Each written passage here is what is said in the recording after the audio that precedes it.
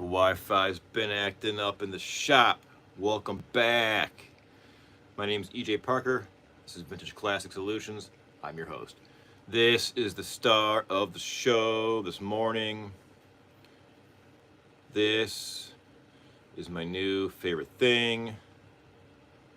This is morning bottle talk with EJ. So what is this, right? What is this? This is an antique, primitive onion bottle. It's magical. If you see, pardon me. If you view my channel, let me adjust this. You may have seen that this bottle is magical. It can control the weather. In one of my shorts, it controls the weather. It's quite remarkable. This has been a fun thing to pursue. I've been looking to buy one of these for about 2.5, maybe 3 years. This has an allure to me. It's an amazing artifact that people created. This is probably from around 1620, 1630. I mean, maybe 16. I mean, there's no maker's mark on it. There's no way to pinpoint it, the date. But this is called a horse hoof. This is a Dutch onion bottle, but more specifically, this is called a horse hoof bottle because it's shaped like a horse hoof. Probably Dutch origin. And the design and the shape helps you decipher the age. So this is probably from 1615 through maybe 1640. You know, somewhere in the middle. It's remarkable that this is still intact. It's all scratched up. Now the price range of these can be $100 or like 100 and change to $600-700 depending upon the aesthetic beauty. A lot of times bottle collectors buy bottles just based upon their aesthetic beauty. That's how I buy them. See this thing. Let me get you some close-ups. It's got a great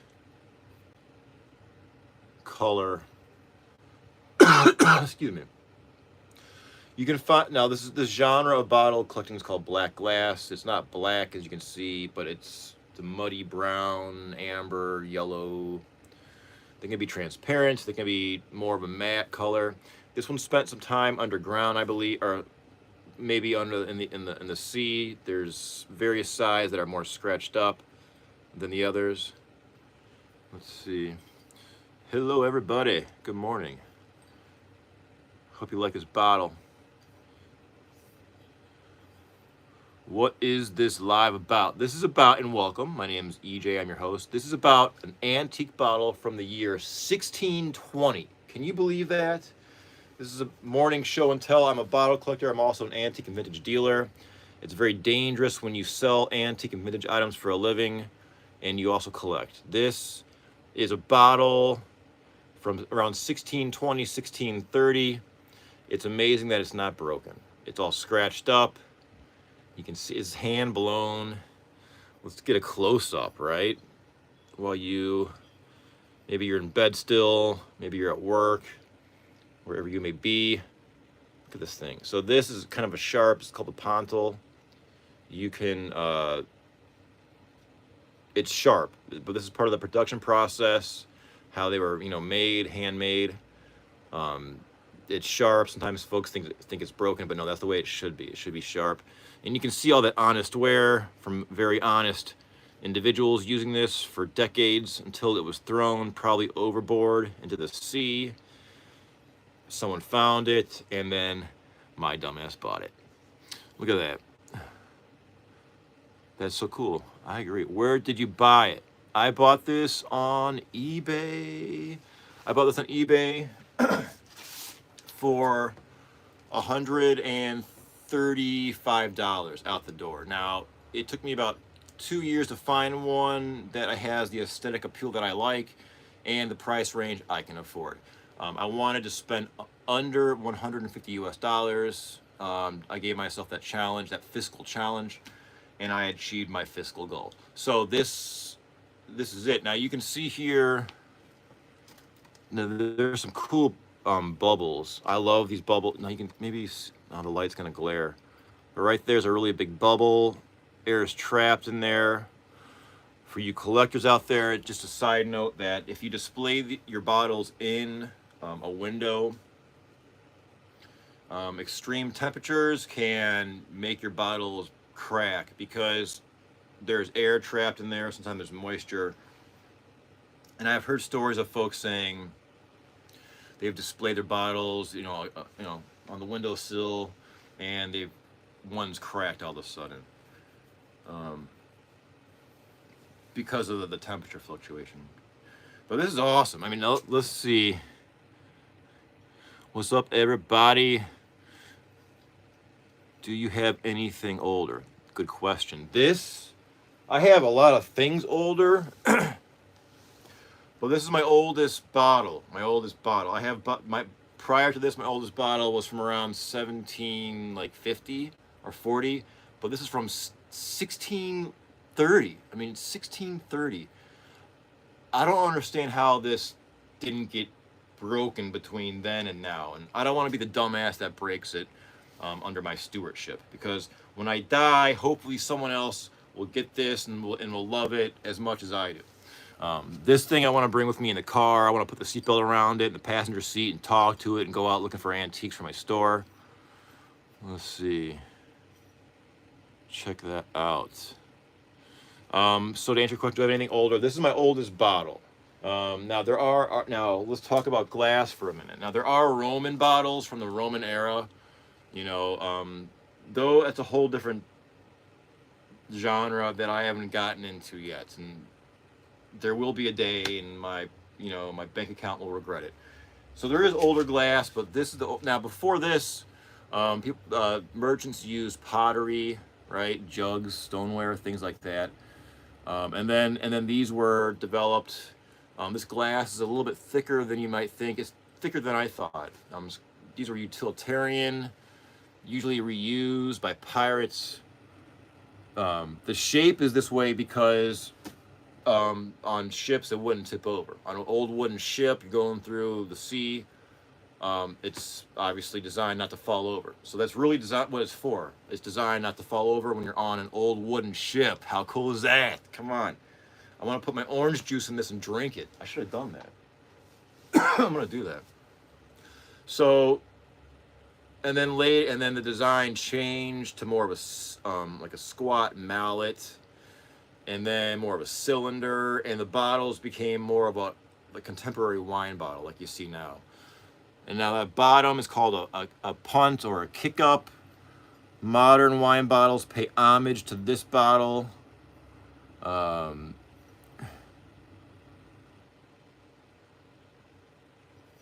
Now, why is that there? Why is that kick up or punt there? There's a few theories why. Some folks say it's because it helps the sediment of your wine distribute evenly and properly. Other sources say it was done for merchants so they can put less liquid in. It's kind of like a deceptive thing. Maybe the production process. Someone asked me, what is the oldest thing I have in my collection? Wow, I like that question because I have something inside me, my soul or my heart or my brain that pushes me to always find the oldest thing possible within a genre. The oldest bottle, the oldest baseball glove, the oldest, whatever kind of floats my boat, you know what I mean? So the oldest thing in my collection, ooh. I have stuff, before Common Era. I have fossils. This is the thing. I have fossils and I have, natural artifacts, but I don't count those. That's something different. I have, man, that's a good question.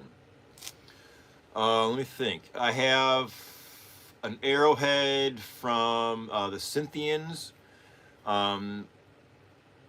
which is,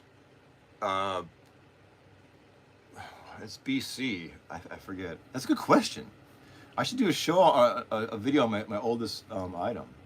Let me get back to you on that because I'll just sit here doing this for 20 minutes. What is my oldest item? Ugh. Ugh.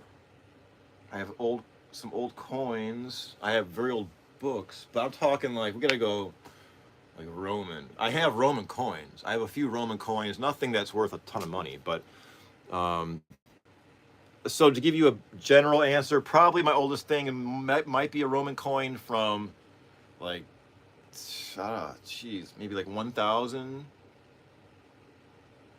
BCE, maybe. I don't know. Get me thinking.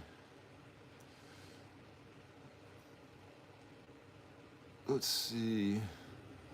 I am from London. Nice to meet you. Nice to meet you. I am EJ. I am from Northeast Ohio. We are right by the shore of Lake Erie. We are live. It's 7 a.m. Eastern Standard Time. This is the star of the show. This is a bottle from around 1620. Now, it's an Dutch onion bottle, probably Dutch in origin, made to hold alcohol, probably. Now, I made a list of, this is how enamored I am with this bottle. I made a list of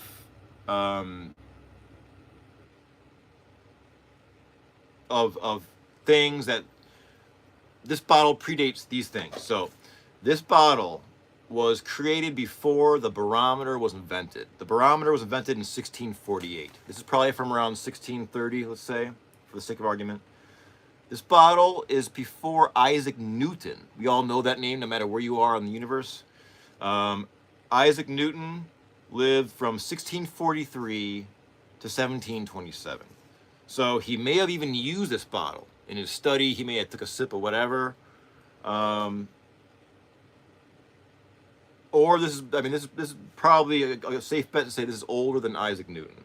1630 probably. This bottle was produced before Louis XIV, the freaking Sun King of France, right? He lived from 1638 to 1743. This bottle is probably from 1630. I don't believe this may have been used in his kitchen by his many chefs. Who knows? This bottle may have been used by Rembrandt, the painter. One of the most amazing paintings I ever saw in my life is a painting of a self-portrait of Rembrandt, and it's in the Met in New York City, in Manhattan. It's breathtaking. It's not a very big painting, about this big. It's a self-portrait, and his eyes seem to follow you no matter where you are in the room. It's remarkable. Anyhow, he may have used this. That increases the value. This bottle was produced before Bach, Beethoven, the Beatles, and Mozart, folks. Can you believe that? Let's see. You actually have some rare stuffs in your collection. Did you get any offer from any museums? I don't want to disclose my wonderful buyers for privacy concerns, but I have had museums purchase items before. What I get a lot of buyers, which is really fun, are like production prop houses, Hollywood, or just various production houses will contact me saying, I want that item and I want it by tomorrow, and they'll pay for the overnight shipping. And they're very famous, very prominent studios on the label, so it's kind of nice to be a part of that in some small way. Some very famous TV shows have contacted me for various mundane items. I won't disclose who, but it's a very famous TV show that contacted me about an item. You want to know what that item was? It was a black milk crate like the one you see behind you. It was probably from like the late 1990s. It had some company, some dairy, and I think they paid $40 for it plus the overnight shipping. And I don't watch TV, so I'm sure it's on a episode, for whatever that's worth. Back to the bottle. And thanks for joining me. My name is EJ Parker. This is Vintage Classic Solutions. We are live this morning. This is Bottle Talk. This is a 1620s, 1630s Dutch onion bottle. Extremely old, quite scarce. You can find these on eBay for around $200, sometimes $3, $4, or $5, depending upon the aesthetic beauty. Let's see. So this was this bottle is older than Mozart. There's no way. Well, Mozart could have used this bottle if it was just, in the area being recycled and reused. Who knows? Folks, this bottle was used before electricity was harnessed in the late 1700s. Can you believe that? Let's see. I'm trying to capture various, just, you can see the wear. It's been slid around tables. And then that thin lip, you see that kind of like string around it? That was a string of molten glass the artisan wrapped around, which then helps you put a cork in, and then you get a wire and wrap it around that lip, and that helps you keep the cork in, right? It's quite amazing. And they're really fun, again, because the shapes are just like Dr. Seuss, you know what I mean, and the colors. All right, so back to this list. This bottle was made before the French and the American revolutions. It's remarkable. Where was this bottle during both those revolutions? Who the hell knows? I mean, I bought this from a dealer of antiquities in Pennsylvania. Let's see. Let's see. Trying to read a few of these comments and focus on my list. So, this was created before the invention of the steam engine. I mean, it's just, and then where was this thing? Now, some of these bottles you will find online or in your collection, they're very matte, meaning they were underwater for a very long time. Some are not even transparent. Some look truly black, whereas this one has a a green, amber, muddy. There are some black overtones to it. I actually tried to draw this thing. Now I'm going to show you some of my drawings. So I tried to draw it last night. It's not easy. I want to improve my drawing skills, so I just kind of go at it. And trying to draw something that's very dark is not easy. The shading. I did it live on YouTube. And that's really when the trolls come out, let me just say. Start drawing live on YouTube. It's like troll bait. And these are they're asymmetrical, and imperfect. So it's kind of fun to draw. I don't know. I want to work on my drawing to where it's photorealistic. Check this out. 1620s, 1630s. Now, what was in this originally? Probably wine. Probably Dutch origin. The Dutch were around, 17th century. Dutch were very busy exploring the world, and they brought these with them. Looks like a booze bottle. Yeah, it was. It was a booze bottle. Probably wine or something. I mean, we don't know for sure, but these were reused. Now, I've read that historically what happened was this. Why are these you can go on eBay anytime and find maybe one or two of these. So they're not like impossible to find, but they're not abundant. Now, why do these exist in the possible numbers that they do? I've read that these being utilitarian objects, they were much more precious than bottles were today. Because, bottles now, they're everywhere. But you would reuse it on ships crossing between the old and new world. They'd be reused. But this is where I read this. So let's say you're on a ship leaving the old world, coming to the new world. This bottle is on your ship. It won't tip over because it's got a fat onion base on those big waves. And then when you get to the new world, I guess apparently, or your destination, apparently the sailors or pirates would throw them overboard, like in the bay where they dock their ship, and that silt would preserve these. I guess because the sailors or the pirates knew there'd be new bottles awaiting them. That's the one part of that story or that historical, reasoning that I don't understand. Why would they throw these overboard once they got to port? Unless they knew there were new bottles awaiting them. I don't know. So it's all just kind of, it's all up in the air. To prove this or that, from 400 years ago. So this bottle is literally 400 years old. This bottle could have been made in the year 1624, and now we're in the year 2024. Isn't that cool?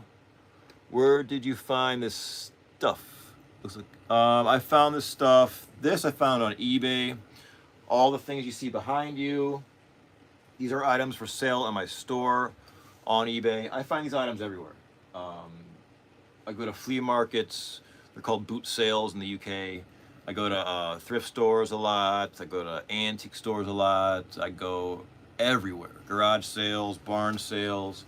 You can find bottles like these around, but I mean, it's few and far between. I found an old black glass bottle, I think 2 years ago, and that's been it. You can find them, but I mean, it's not very common. Unless someone passes away, they have a collection. Someone passes away, and then the relatives who don't care donate their items to a thrift store, because that's the way it is, folks. I mean, no matter what you collect and how much you love it, when you kick the bucket, it's all going to the thrift store. Trust me, I know. I go to thrift stores every day.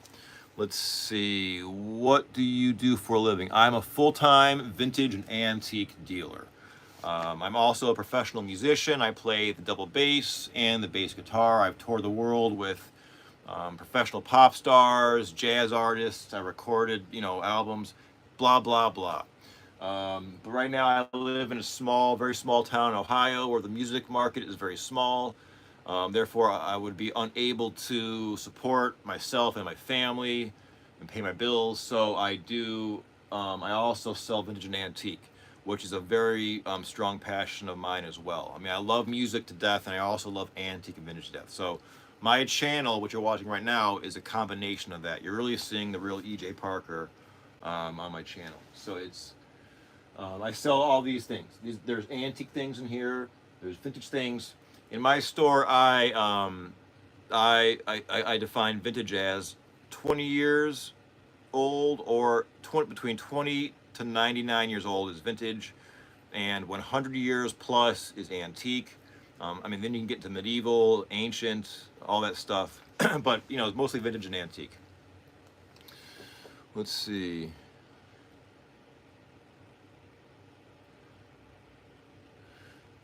Good man, you are living better than 80% of the peoples. You're doing what I always wanted to do. Good for you, man. Well, let me tell you something. You can do this too, because I was in your shoes.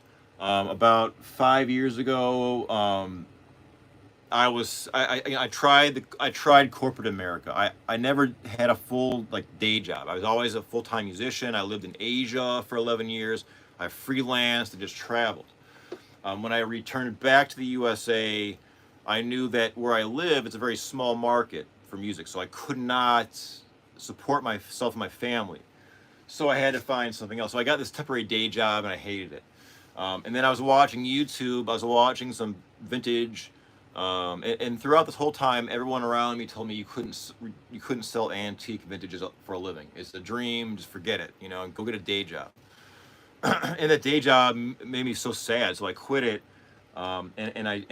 But during that time, I was watching videos of resellers, and I said the same thing you did. Oh man, I really want to do what you're doing, but you just have to do it. You have to have confidence in yourself and your ability, and do it.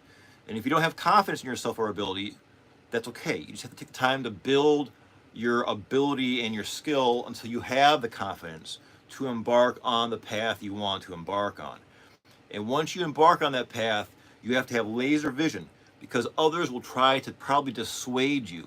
But that should just galvanize your convictions and make your path more clear. That's how I see it. I still have a lot of work to do. It's a work in progress. When I spend more time on YouTube, I neglect my store because I'm not outsourcing. I'm not listing. I'm not categorizing. But I need to promote my store and work on my channel.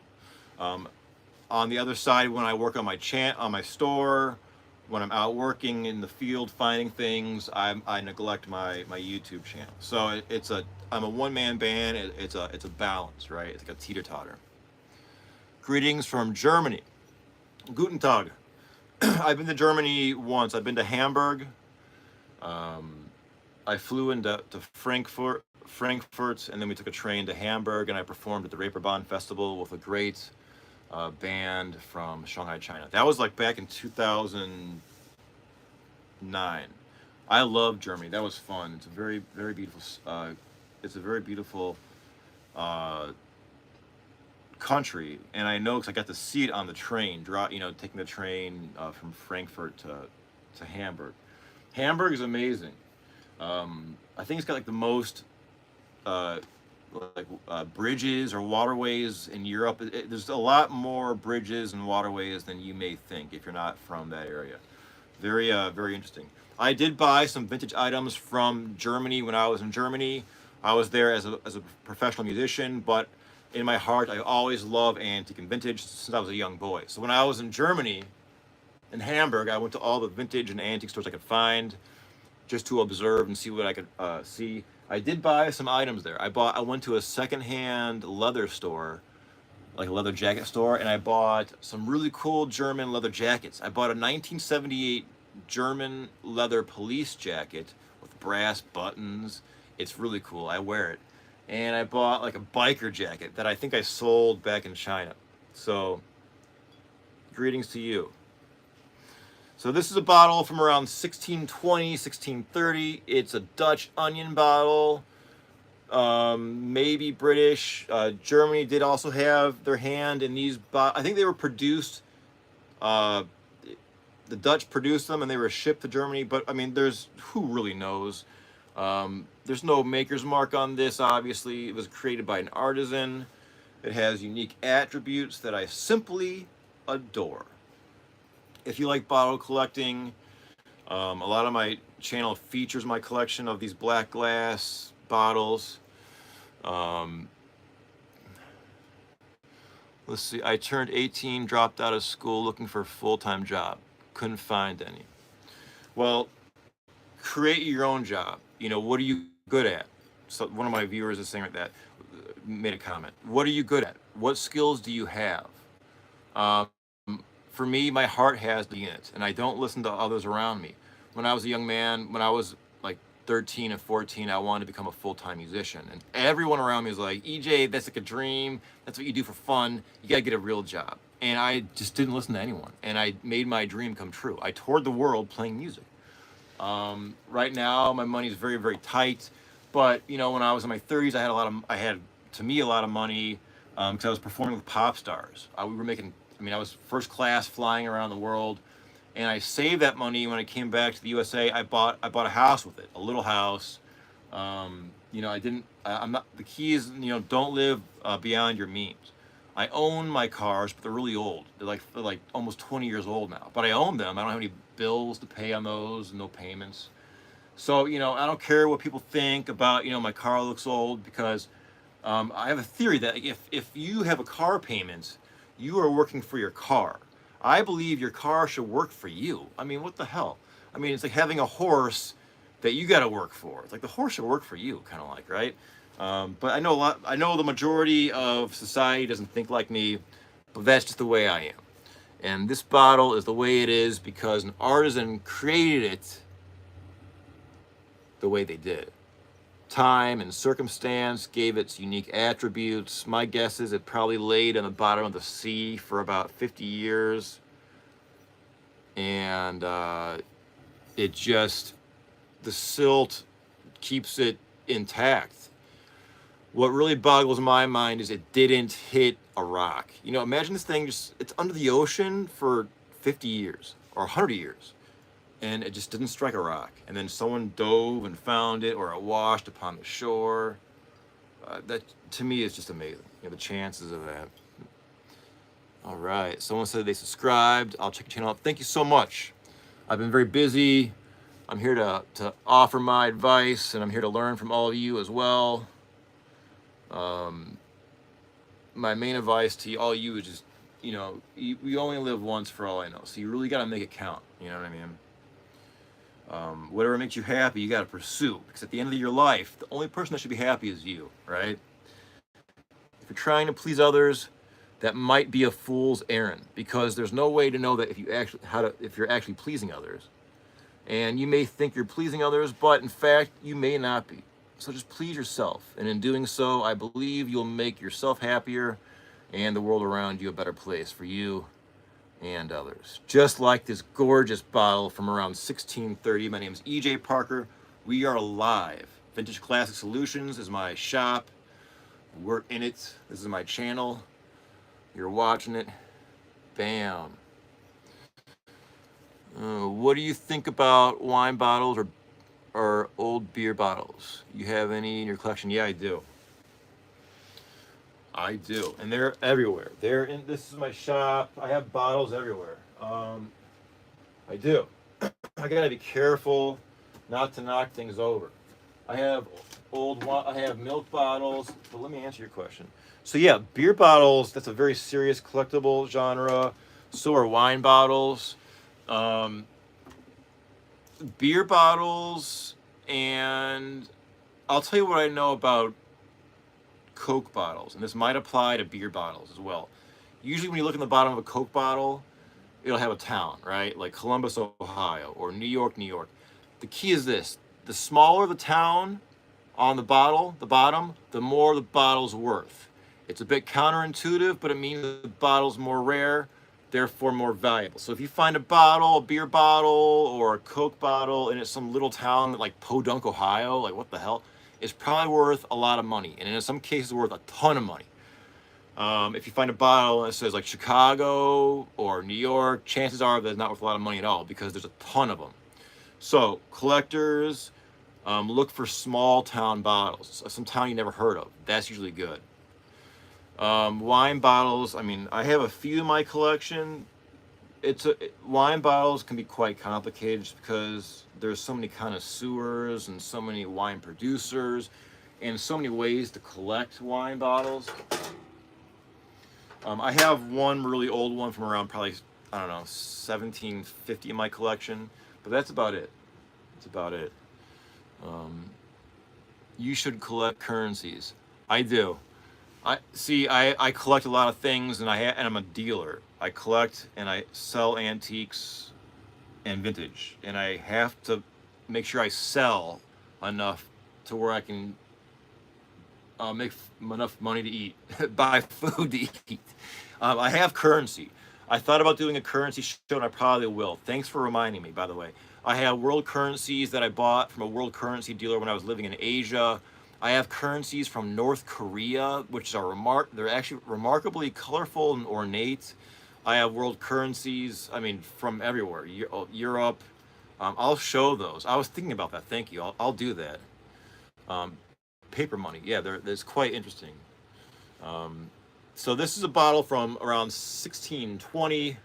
It's called a Dutch onion bottle. More specifically, it's called a hoof bottle due to the shape being like a horse hoof. It helps you date it. Probably from around, again, 1620, 1630. The coffee's getting cold. I've noticed it gets colder as the dawn breaks. It's 7:15 a.m. here. I've noticed this, that at night, because I get up like 4 a.m. At 4 a.m. it's still dark. I can see the sky, or the stars, and it's warmer. And then around now, when the sun's coming up at around 7 a.m., it's colder. And I have read why. It's because the Earth is spinning, and you lose that heat blanket from the other day, and it's like kind of like the atmosphere is starting anew. There's like a reason for it. Anyhow. All right.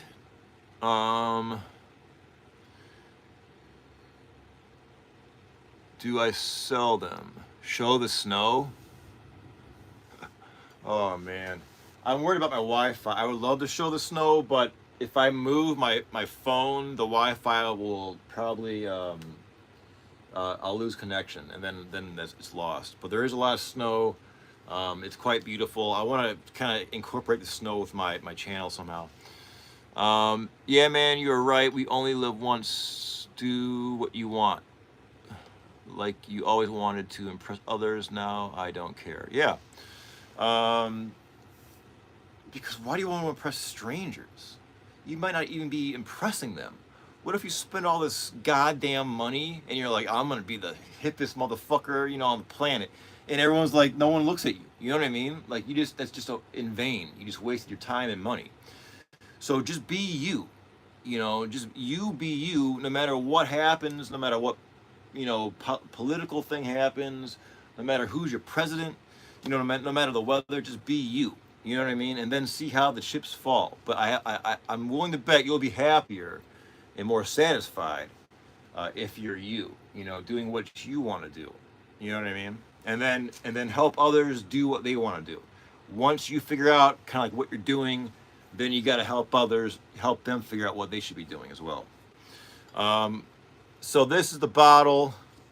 Do you sell any bottles? I do. In my store, Vintage Classic Solutions, I do sell bottles. I believe I do have one bottle for sale right now. Since you asked, let me show it. Without breaking anything. This bottle is for sale right now. Since you asked, I'll tell you all about it. This is a bottle probably dating from around 1870, 1860. I mean, there's no way to tell for sure, but it's probably from around, I'll give you a range, 1850 through 1880. How about that? It's a little bit dusty. Take care of that, and you're good to go. So this is a liquor bottle, alcohol bottle. It's also in the black glass genre. Black glass genre of bottle collecting is basically bottles from around the year 1600 through the year around 1880. After that, bottles become mass produced, they lose their aesthetic beauty, and EJ becomes sad. So this bottle is handmade. It is made in a mold, a 3-piece mold. You can see these lines, 1 and 2. So there's like 3 pieces that came together. It's got a kick up as well, just like the great granddaddy here, the onion bottle. This is the grandpa. It's got a kick up, that indented part right there, you can see. Color variation. This one did not spend time underwater. This one's glossy, so those of you who like a more gloss bottle,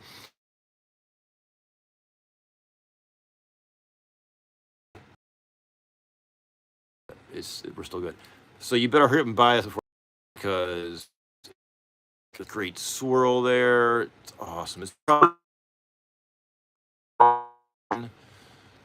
a cylinder bottle, probably a rum. This could be a pirate bottle. I mean, you know what I mean? I don't think so, because it's not matte from being in the sand, right? It's glossy. This is probably, I mean, I don't know. I mean, sometimes I think farmers could have made these for their apple cider, like their hard cider, right? How much is something like this? I think in my store right now, I think it's like $40 plus shipping. It's not too expensive. This one, I mean, it's worth probably around maybe $225, even though I got it for $130. I got a good deal. This one being from around 1850 through 1880, this is worth around $40 plus shipping. It's got great aesthetic beauty. You can see the swirl in the glass, how it was molten, molten glass in the process of just cooling. Takes on these great attributes. There's little bubbles in there. Not bad. Yeah, I agree. My prices are very reasonable. Cause I'm a collector, I'm on a budget, I have empathy. You know what I mean? You want to collect something, but maybe you don't have a lot of money. So my prices are reasonable. I'd rather price low and sell a lot than price high and then not sell a lot. Because I gotta move things. Because look at my store. I mean, it's just packed to the wall. I had to like reorganize things because I thought I was gonna die. I was gonna cave in on me and I'm gonna die by antiques, which would be kind of cool. But I'm not ready yet. I got work to do. So, I gotta move things out. I have promotional sales in my store. Hopefully the holidays can help me clear some stuff out, because I gotta make room for new things, right? So this is the bottle. I hope you, I like blue glass, someone says. Do I collect any medicine bottles? I do. I have them. I don't have them on me. They're in the house. I have some quack medicine bottles, which are great. Quack medicine is like that Victorian era, Victorian era, like fake medicine. A lot of times it had alcohol or heroin or poison in it, and it killed people and infants, unfortunately. I have some of those quack medicine bottles. They're quite interesting. I mean, do I have bottles? Let me show you something, folks. All those boxes are all bottles. All those brown boxes, those are all bottles. I got bottles coming out my ears. Those are all. There's like 15 boxes full of bottles there, and those are all antique baby bottles, nursing bottles. I bought a very historic collection from a very well-known baby bottle collector. She wrote a book. She has since passed away, sadly, but I bought her whole collection. And I'm selling a lot of them in my eBay store right now. They're baby bottles from, like, I mean, I had them from like the 1600s through 1985. I sold the earlier ones, but I have ones from the 1800s. If you like baby bottles, check out my channel, Vintage Classic Solutions. They are antique and full of character. I think I have a murder bottle in my store. A murder bottle was an antique baby bottle from the Victorian era. That was that. All